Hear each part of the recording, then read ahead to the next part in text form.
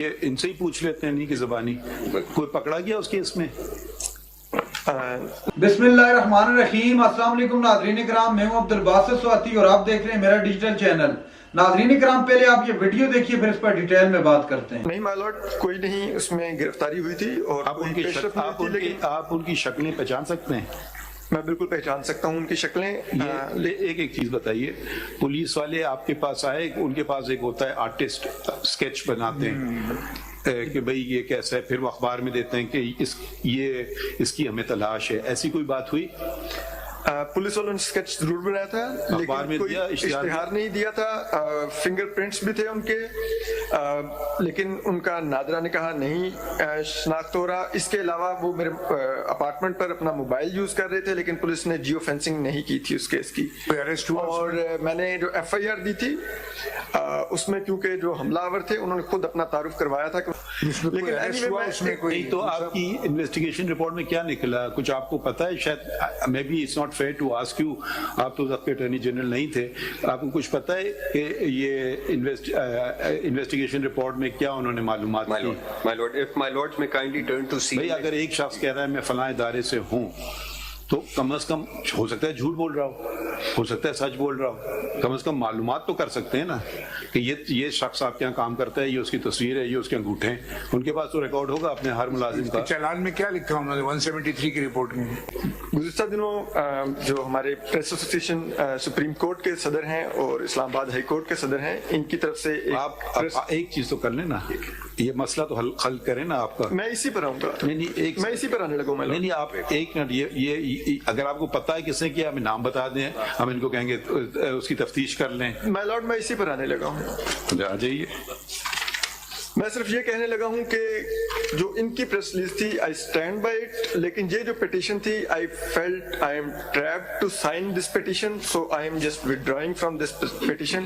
آپ نے کیا جھوٹا ایلیگیشن لگایا ہے؟ آئی ایم ناٹ سیئنگ جھوٹا، نہیں ہم کہہ رہے ہیں سوری ٹو سے، آپ کی مرضی نہیں ہے کہ آپ ٹہلتے ہوئے آئیں اور کہیں کہ میں اب جا رہا ہوں خدا حافظ۔ نہیں سوری، یہ بات اگر یا تو بولیے جھوٹا ایلیگیشن تھا، اگر سچا ہے ہم آپ کے بنیادی حقوق آپ کو دلا کر کے چھوڑیں گے۔ اصل طور صاحب ذرا سن لیجئے، اگر آپ پہ پریشر ہے اس کو وڈرا کرنے کا، ہم نہیں الاؤ کریں گے۔ نو وے آئی ایم ناٹ۔ اچھا ہم کریں گے نا، آپ ہمارے پاس لے آئے نا ایک چیز، ہم دیکھیں گے اس کو۔ میں صرف یہ کہہ رہا ہوں کہ یہ پٹیشن جو سائن ہوئی میری، اس میں ڈفرنس کیا ہے؟ اس میں وڈرا کر رہا ہوں، otherwise I stand by my allegation, I stand by every word I mentioned in my F I R. ہمارا کام چھوڑ دیجئے، ٹھیک ہے؟ آپ نہیں کرنا چاہیں آپ تشریف رکھ لیں، ہم کام کروا، ہم پھر بھی بنیادی حقوق دلوا کے چھوڑیں گے۔ اسد صاحب اس میں کوئی فرق ہے؟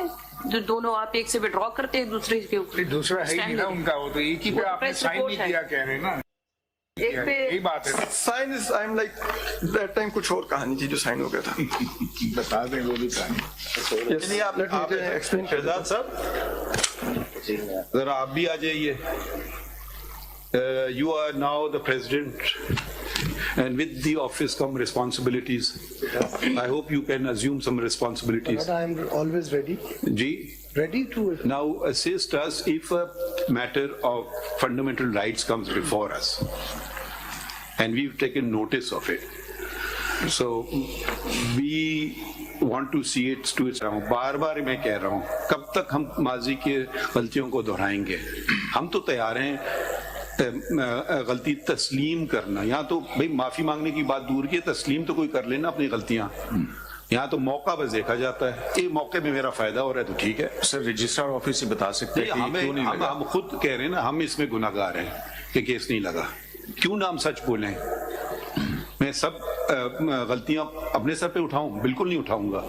مجھ سے غلطی ہوئی، آپ مجھ پہ انگلی اٹھائیے، یا اگر آپ نے انگلی مجھ پہ نہیں اٹھائی تو میری اصلاح نہیں ہوگی۔ مطلب آپ تنقید کریں گے تو میری اصلاح ہوگی، اگر نہیں کریں گے تو کبھی نہیں ہوگی۔ اب یہ دیکھیے، یہ اہم، اب پتہ نہیں کس کو مارا گیا، کس کو مارا گیا گولی ہوا، اس کے گولی کس کو ماری گئی تھی؟ ابصار عالم صاحب کو، اور اسد طور کو جو ہے وہ ان کے گھر میں گھس کے مارا گیا تھا۔ متی اللہ جان کڈنیپ ہو چکے ہوئے تھے، جبکہ ان کا